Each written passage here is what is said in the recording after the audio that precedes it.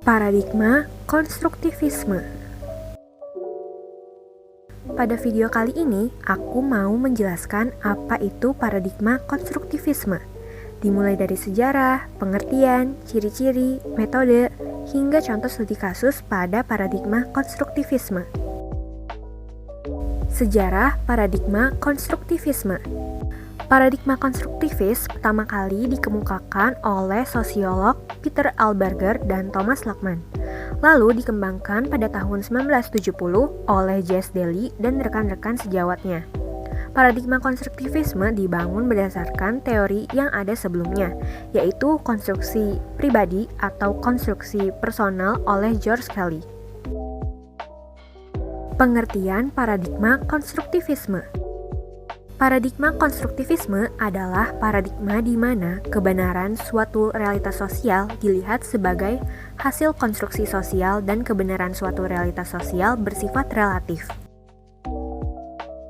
Paradigma konstruktivisme hampir menyerupai antitesis dari paham yang meletakkan pengamatan dan objektivitas dalam menemukan suatu realitas atau ilmu pengetahuan. Ciri-ciri paradigma konstruktivisme.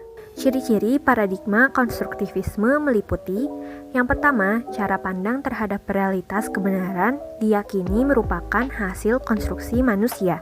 Yang kedua, hubungan peneliti dan objek penelitian bersifat interaktif dan hasil perumusan ilmu pengetahuan sangat bersifat interpretatif subjektif. Yang ketiga, konstruktivisme meletakkan peneliti sebagai fasilitator yang memberi alternatif dan kemampuan merekonstruksi setiap pemikiran. Metodologi paradigma konstruktivisme. Penelitian dengan paradigma konstruktivisme biasanya menggunakan penelitian kualitatif. Karena paradigma konstruktivisme sosial berusaha memaknai makna-makna individu dalam bentuk konstruksi mental yang didasarkan pada pengalaman sosial, bersifat lokal dan spesifik, serta tergantung pada pihak yang bersangkutan. Begitupun penelitian kualitatif dapat memperlihatkan pengalaman individu yang mungkin tidak sebelumnya menghadapi masyarakat dalam kehidupan sehari-hari dan mempelajari tentang kelompok serta pengalaman-pengalaman. Seperti kasus pada jurnal Paradigma Konstruktivisme dalam pembelajaran pendidikan Pancasila dan kewarganegaraan. Pembelajaran dimaknai sebagai penyusunan atau membentuk pengetahuan dari pengalaman konkret, aktivitas kolaboratif, refleksi, dan interpretasi. Studi kasus pada paradigma konstruktivisme. Studi kasus pada paradigma konstruktivisme mengenai fenomena pembelajaran pendidikan Pancasila dan kewarganegaraan. Substansi dasar pendidikan Pancasila dan kewarganegaraan merupakan pendidikan Pancasila yang berdasar pada nilai-nilai Pancasila dan pendidikan kewarganegaraan. Melalui pendidikan Pancasila dan kewarganegaraan, para peserta didik sebagai bagian dari warga negara Indonesia diharapkan mampu memahami, menganalisis, dan menjawab masalah-masalah yang terjadi dalam kehidupan masyarakat. Konsisten dengan cita-cita dan tujuan nasional seperti yang tertuang dalam pembukaan Undang-Undang Dasar Negara Republik Indonesia tahun 1945. Sehingga para peserta didik dapat menghayati filsafat dan ideologi Pancasila serta menjiwai tingkah lakunya sebagai warga negara Republik Indonesia.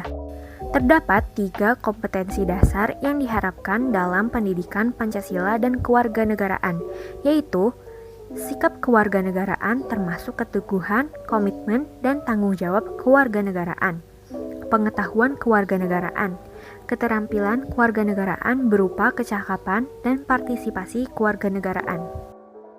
Analisis studi kasus pada paradigma konstruktivisme fenomena pembelajaran pendidikan Pancasila dan kewarganegaraan. Fenomena pembelajaran pendidikan Pancasila dan kewarganegaraan yang seringkali menggunakan metode surface approach atau pendekatan permukaan terhadap belajar seperti menyelesaikan tugas, menghafal informasi, dan memberlakukan tugas mengakibatkan tidak tercapainya 3 kompetensi dasar yang diharapkan dalam pendidikan Pancasila dan kewarganegaraan.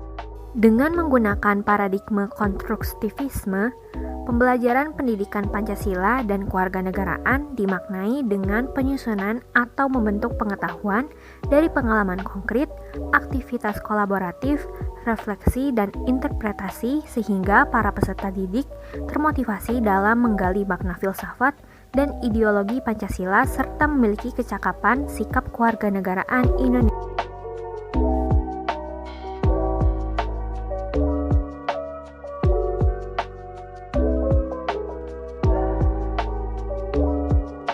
Sekian video penjelasan paradigma konstruktivisme serta contoh studi kasusnya.